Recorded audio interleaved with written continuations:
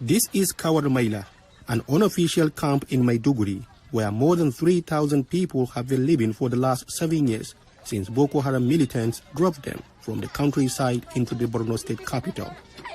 Having escaped the Islamic extremists, they still face enormous challenges, struggling to get food and basic health care to educate their children to reimagine a future.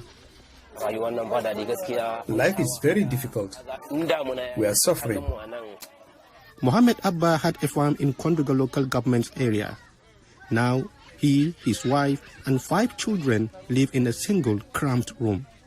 During the rainy season, you will be shocked to see how we must cope. This room floods and we can't sleep.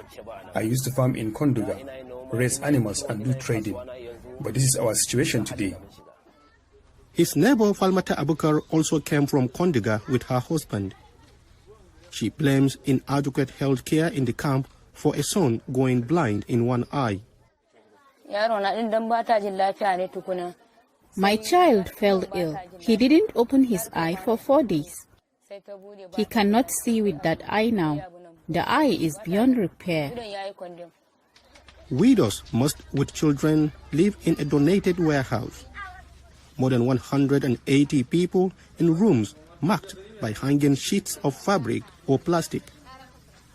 Women often sit together in the center, chatting while sifting ground maize to make a traditional dish called biski.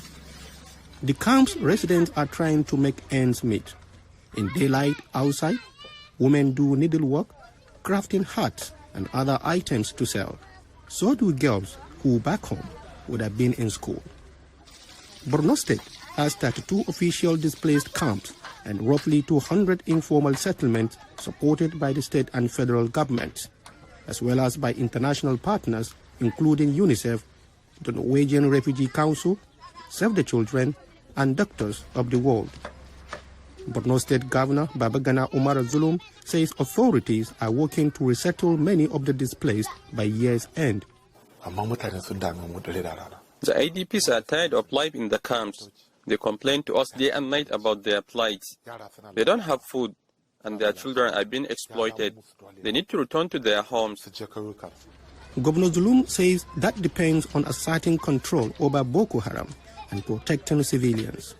We have to first ensure their safety. We don't want to resettle people where there is no security. Many of the homes of displaced people were destroyed or are in areas still vulnerable to Boko Haram attack.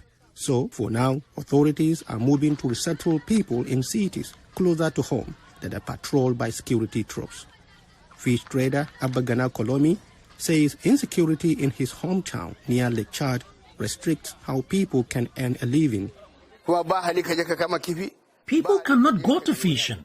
They cannot find food anywhere because no one has cultivated his farm or raised animals. Venturing from better protected cities to fish, farm, or do other chores in Borno State can be dangerous. Last month, a group of displaced people gathering firewood near the town of Dambua were abducted and 5 killed in a suspected Boko Haram attack. Haruna Shehu, VOA News, Maiduguri, Nigeria.